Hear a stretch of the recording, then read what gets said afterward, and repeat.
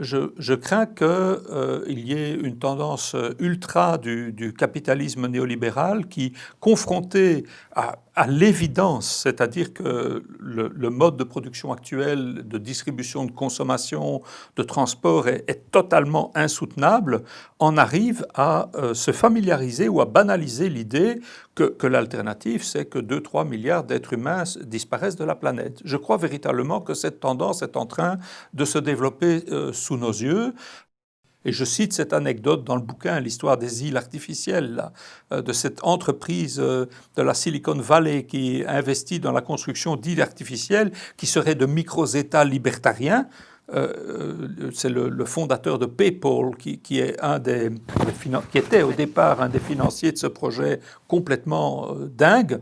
Il y a d'ailleurs eu un contrat, si je ne me trompe, signé avec la France pour la construction du premier État de ce genre au large de Tahiti. Donc voilà, c'est des gens qui se disent bon, après nous les mouches, quoi, que tout s'effondre. Nous, on aura nos oasis, on aura nos îles flottantes et on aura nos forces armées pour nous protéger, nos comptes en banque et ça va continuer. Et ceux-là sont quelque part l'expression du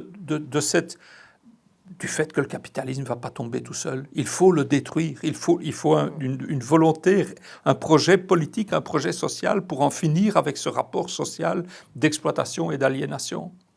C'est ça la question stratégique absolument décisive.